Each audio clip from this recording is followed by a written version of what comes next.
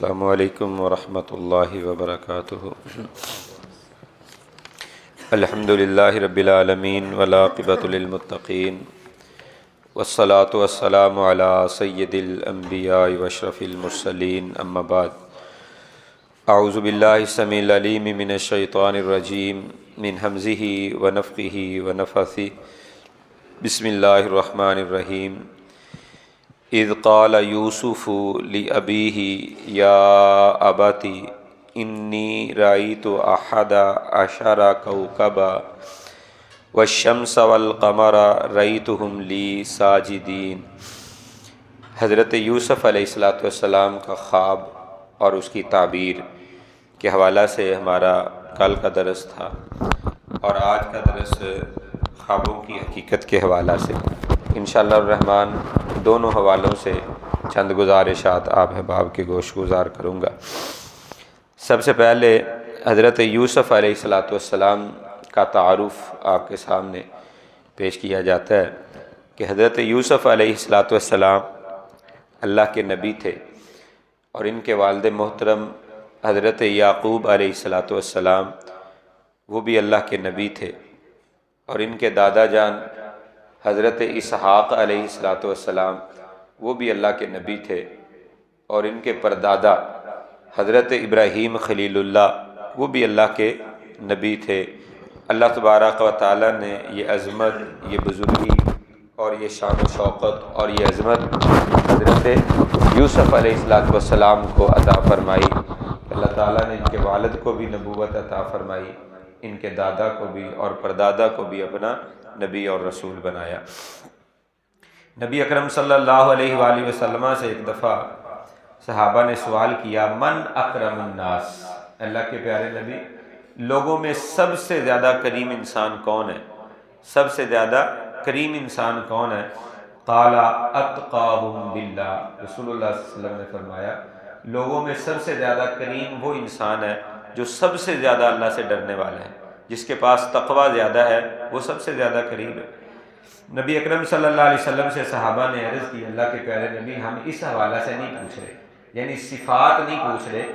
ہم اصل میں کسی انسان کا نام پوچھنا چاہتے ہیں کہ سب سے زیادہ وہ انسان جس کے اندر تقوی تھا، اللہ کے ہاں کریم سمجھا جاتا ہے، وہ کون ہے؟ کریم ابن الکریم ابن الکریم، خود بھی کریم، باپ بھی کریم، دادا بھی کریم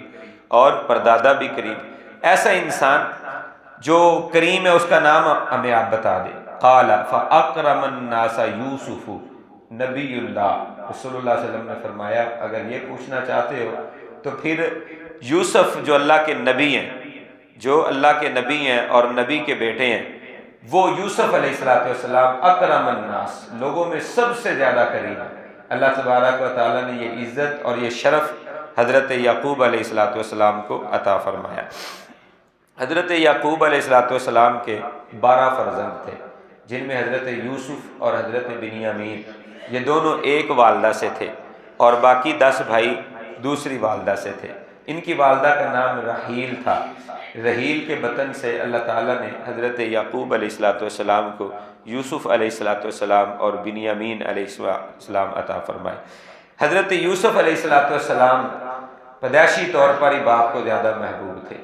یعنی یہ انسان کے اپنے بس کی بات نہیں ہوتی، اولاد میں سے کوئی بچہ والدین کو زیادہ پیارا لگتا ہے، زیادہ محبوب ہوتا ہے، اس کی کچھ عادات ایسی ہوتی ہیں، خصلتیں ایسی ہوتی ہیں، اس کا کردار کچھ ایسا ہوتا ہے کہ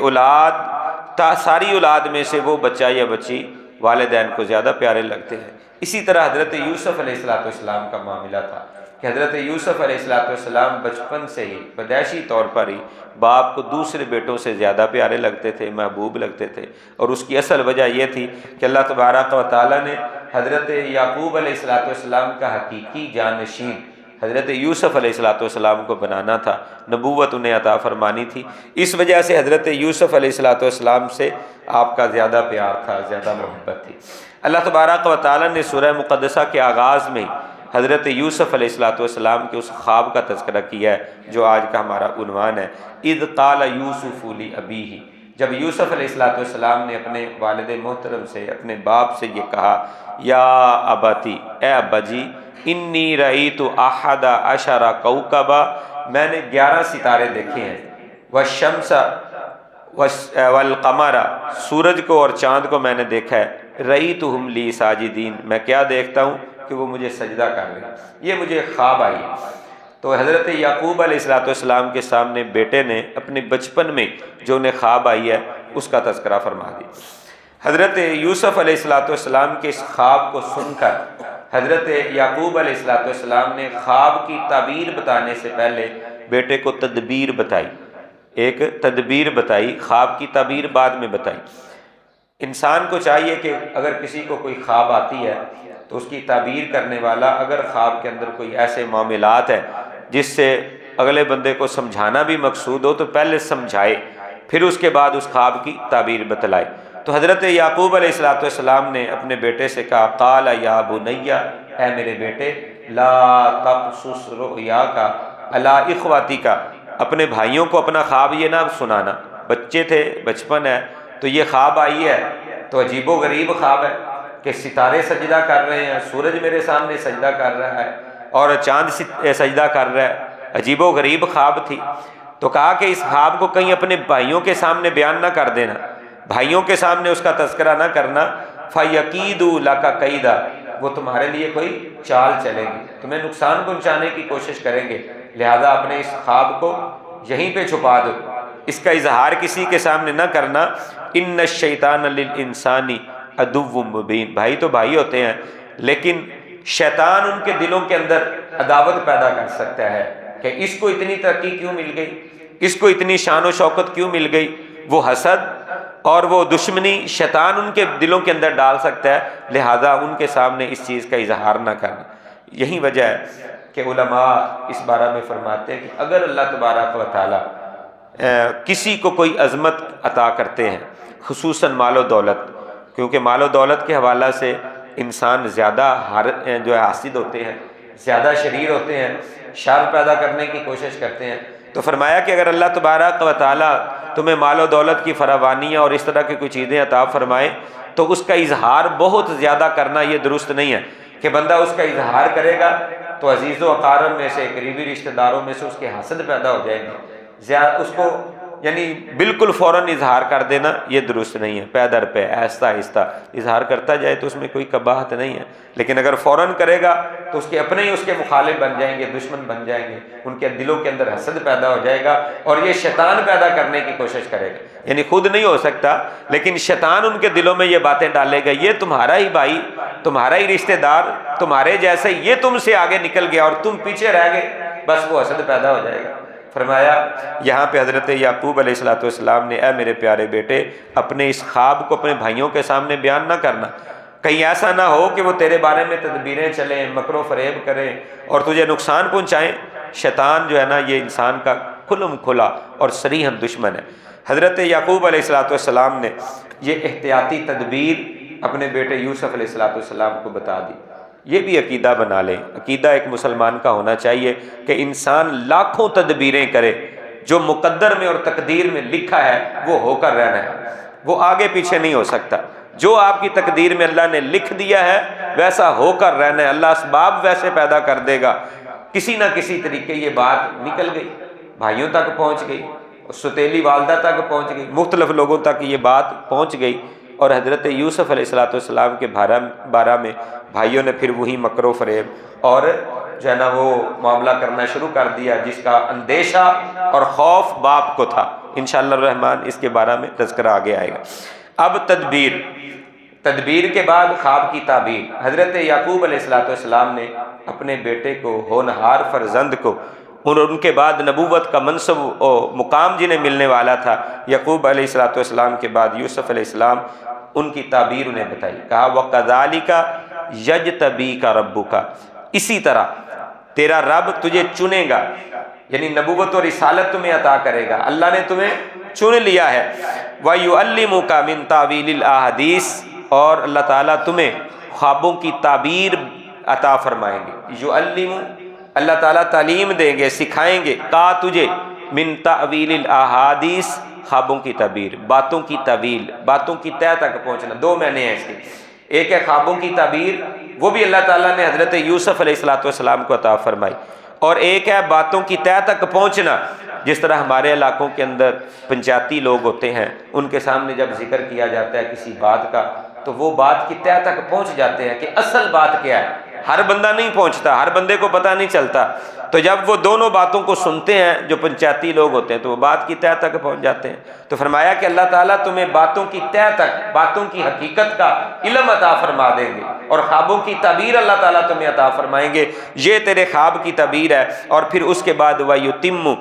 نعمتہ علیک وعلی آل یعقوب، اللہ تعالیٰ تجھ پر اپنی نعمتوں کا اتمام کرے گا۔ اللہ تعالیٰ تمہیں اپنی نعمتیں کامل اور پوری عطا فرمائے گا، اتمام ان پر کرے گا، جیسے اللہ نے اپنی نعمتوں کا تمام آل یعقوب پر کیا۔ کما اتمھا علی ابویک من قبل ابراہیم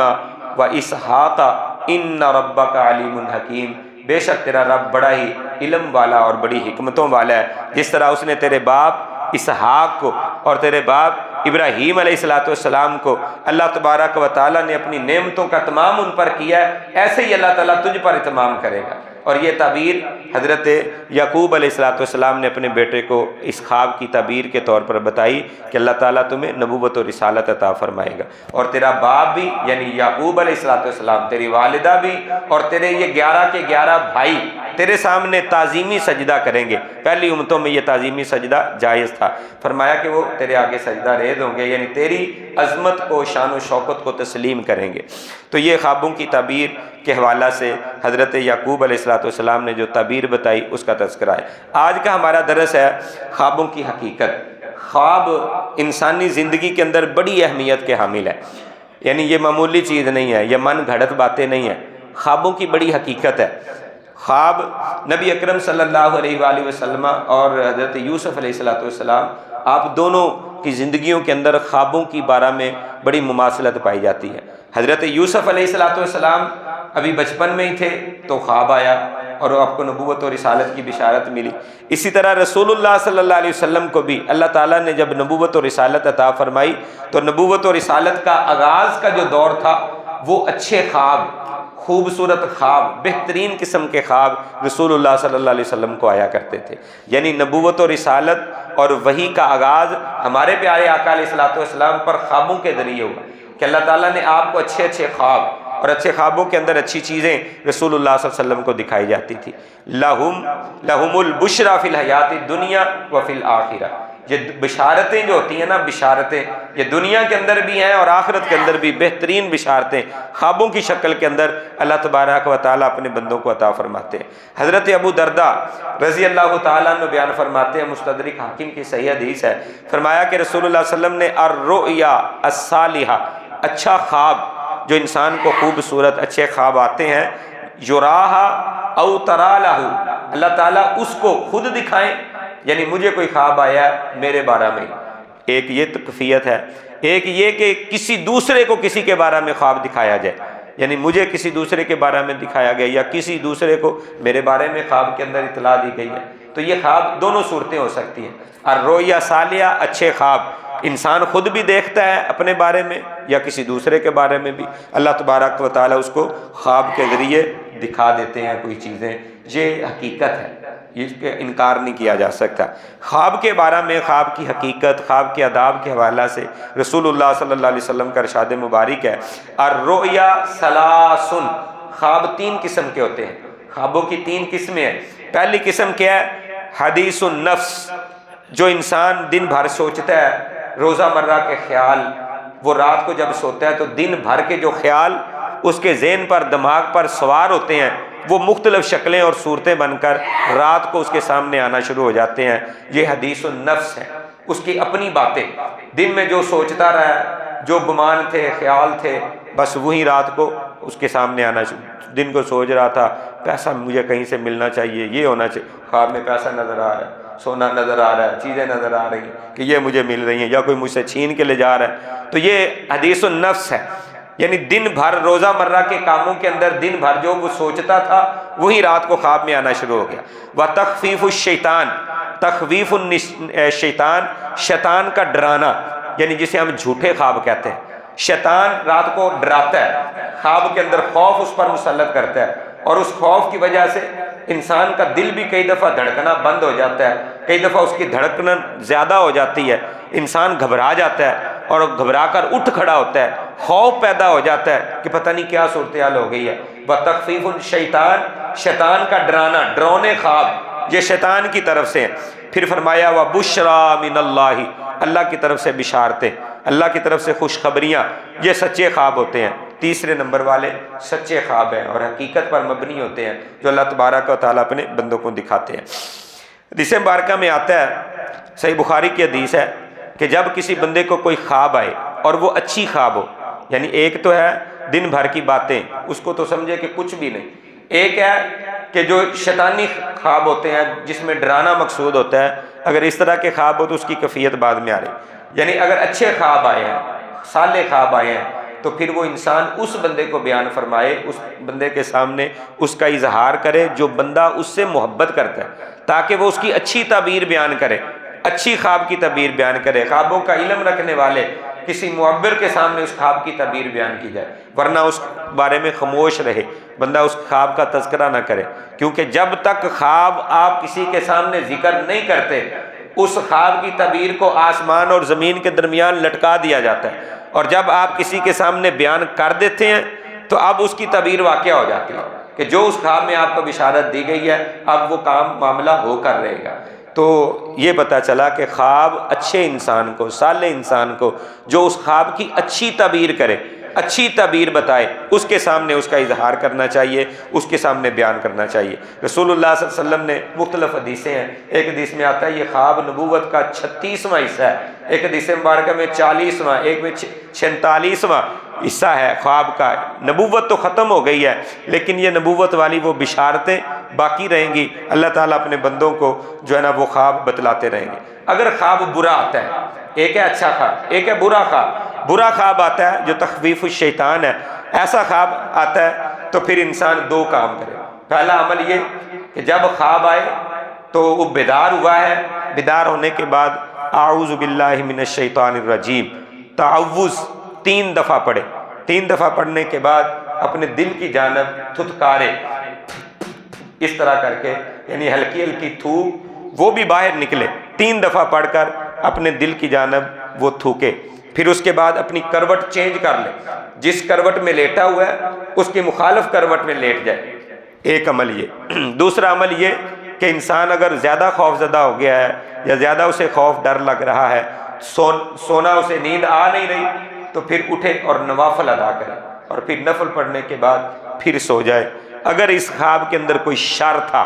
اس خواب میں کوئی فتنہ تھا، اس کے لیے آزمائش تھی، تو اللہ تبارک و تعالیٰ اس کو محفوظ فرما دے گا۔ اور اگر یہ انسان اس کے برعکس عمل کرتا ہے تو پریشانی اور تکلیف بہرحال انسان کے اوپر آ جاتی ہے۔ اللہ تبارک و تعالیٰ ہم سب کو برے خوابوں سے اور برے خوابوں کی جو ہونے والے رونما ہونے والے نقصانات ہیں، اللہ تعالیٰ ان نقصانوں سے ہمیں محفوظ فرمائے۔ خواب قرآن مجید میں بھی اس کا تذکرہ موجود ہے، یعنی اس کی حقیقت ہے تو تبھی تو اس کا تذکرہ موجود ہے۔ سورہ یوسف دیکھ لیں، سورہ یوسف میں حضرت یوسف علیہ السلام کا خواب اس کے آغاز کے اندر ہی بیان ہوا۔ پھر اس کے بعد 2 خواب، جب یوسف علیہ السلام جیل میں گئے تو جیل کے اندر 2 قیدی تھے، یعنی اور بھی زیادہ تھے، لیکن 2 قیدیوں کو خواب آئے، ان کی دونوں کی خوابوں کی تعبیر حضرت یوسف علیہ السلام نے بیان فرمائی، ان کا بھی تذکرہ موجود ہے۔ اور چوتھا خواب جو قرآن مجید کے اندر سورہ یوسف کے اندر بیان ہوا، وہ بادشاہ وقت کا خواب تھا جو مصر کے بادشاہ کو آیا، جس کی تعبیر یوسف علیہ السلام نے بیان کی، تو اللہ تعالیٰ نے اس تعبیر بیان کرنے کی وجہ سے انہیں عزیز مصر بنایا اور پھر اس کے بعد مصر کا بادشاہ بھی بنایا۔ تو خوابوں کے بارے میں یہ 4 خواب سورہ یوسف کے اندر موجود ہے۔ اور اس کے علاوہ قرآن مجید میں حضرت ابراہیم علیہ السلام کا خواب وہ بیان ہوا ہے کہ حضرت ابراہیم علیہ السلام کو اللہ تعالیٰ نے خواب میں دکھایا کہ وہ اپنے بیٹے کی گردن پر چھری چلا رہے ہیں، اپنے بیٹے کو اللہ کے راستے میں قربان کر رہے ہیں۔ تو یہ خواب حضرت ابراہیم علیہ السلام نے دیکھا اور اس کی تعبیر بھی بالکل اسی طرح رونما ہوئی، اور اللہ تبارک و تعالیٰ نے قربانی کو قبول کر کے امت کے لیے ایک مشعل راہ اور سنت ٹھہرا دیا۔ یہ خواب بھی قرآن کے اندر موجود ہے۔ نبی اکرم صلی اللہ علیہ وآلہ وسلم نے بھی مدینہ کے اندر ایک خواب دیکھا جس کا تذکرہ قرآن میں ہے۔ ویسے تو بہت خواب ہے جو رسول اللہ صلی اللہ علیہ وسلم نے اپنی زندگی مبارکہ میں دیکھے، اپنے صحابہ سے اس کو شیئر بھی کیے۔ آپ صلی اللہ علیہ وسلم کا معمول بھی تھا کہ آپ صلی اللہ علیہ وسلم جب فجر کی نماز پڑھاتے تو صحابہ سے پوچھتے کہ کسی نے کوئی خواب دیکھا ہے؟ جو لوگوں نے خواب دیکھا ہوتا وہ بیان کرتے، نبی علیہ الصلوۃ والسلام اس کی تعبیر بیان فرما دیتے کہ اس کی تعبیر یہ ہے۔ تو رسول اللہ صلی اللہ علیہ وسلم نے اپنے بھی کئی خواب بیان کیے ہیں، حدیث مبارکہ میں ان کی تفصیلات موجود ہے۔ ایک خواب یہ رسول اللہ صلی اللہ علیہ وسلم نے دیکھا جس کا تذکرہ قرآن مجید میں موجود ہے کہ نبی علیہ الصلوۃ والسلام نے خواب دیکھا کہ میں نے احرام باندھا ہوا ہے اور میں بیت اللہ کا طواف کر رہا ہوں۔ آپ صلی اللہ علیہ وسلم نے صحابہ کو کہا مجھے اللہ نے بشارت دے دی ہے، ہم بیت اللہ کا طواف کریں گے، عمرہ کریں گے، تیاری کرو۔ سارے لوگ تیار ہوئے اور تو عمرہ کرنے کے لیے چلے گئے۔ حدیبیہ مقام کے اوپر مشرکین نے، کفار نے روک لیا کہ ہم آپ کو آگے نہیں جانے دیں گے۔ مختلف شرطیں طے ہوئیں اور کہا گیا کہ آپ واپس پلٹ جائیں، اگلے سال آئیں، 3 دنوں کے لیے آپ لوگوں کو اجازت ہوگی، آپ مکہ میں ٹھہریں، عمرہ کریں، تلوار لانے کی اجازت نہیں ہوگی، تلوار لائیں گے تو نیام میں رکھیں گے، باہر نہیں نکال سکتے، دیگر شرطیں جو ہے نا وہ لگائی گئیں۔ آپ صلی اللہ علیہ وسلم واپس چلے گئے، اگلے سال آئے اور عمرہ کیا، یعنی 1 سال کے بعد خواب جو کی تعبیر رونما ہوئی۔ یہ لازمی نہیں ہے کہ ادھر آپ خواب دیکھیں ادھر اس کی تعبیر واقع ہو جائے، 1 سال بھی لگ سکتا ہے، فوراً بھی ہو سکتا ہے۔ جس طرح ابراہیم علیہ السلام نے خواب دیکھا، 3 دنوں کے بعد اس کی تعبیر واقع ہوگی۔ حضرت نبی اکرم صلی اللہ علیہ وسلم نے خواب دیکھا تو 1 سال کے بعد اس کی تعبیر رونما ہوئی ہے۔ حضرت یوسف علیہ السلام نے پہلا خواب جو دیکھا اس کے اندر 40 سال کے بعد اس خواب کی تعبیر واقع ہوئی ہے، بلکہ بعد نے اس سے بھی زیادہ لکھا کہ حضرت یوسف علیہ السلام جب اقتدار اللہ تعالیٰ نے عطا کیا، پھر باپ بھی، والدہ بھی اور بھائی بھی جب مصر میں آئے تو اس وقت سجدہ ریز ہوئے، تو اللہ تعالیٰ نے یہ 40 سال یا اس سے بھی زیادہ عرصہ کے بعد خواب کی تعبیر واقعہ کی ہے۔ حضرت یوسف علیہ السلام کے قید کے جو ساتھی تھے انہوں نے رات کو خواب دیکھی، اگلے دن ان کی تعبیر رونما ہو گئی۔ تو یہ خوابوں کی تعبیریں مختلف اوقات کے اندر، مختلف وقتوں کے اندر اس کو جو ہے نا عمل اس کا ہو سکتا ہے، نافذ ہو سکتی ہیں، لیکن یہ ہے کہ اگر سچی خواب ہو تو اس کی تعبیر ضرور رونما ہوتی ہے۔ اللہ تبارک و تعالیٰ سے دعا ہے کہ اللہ خالق کائنات مالک ارض و سما میں خوابوں کی تعبیر، خوابوں کی حقیقت کو سمجھنے کی توفیق عطا فرمائے، اور خوابوں کے ذریعے اللہ تعالیٰ جو بشارتیں دیتے ہیں ان بشارتوں کا ہمیں صحیح مصداق بنائے، اور جو اس کے ذریعے شر اور خوف پیدا ہوتا ہے اللہ تعالیٰ اس شر اور خوف سے ہمیں بھی اور ہماری اولادوں کو بھی محفوظ فرمائے۔ آمین یا رب العالمین، وما علینا الا البلاغ المبین۔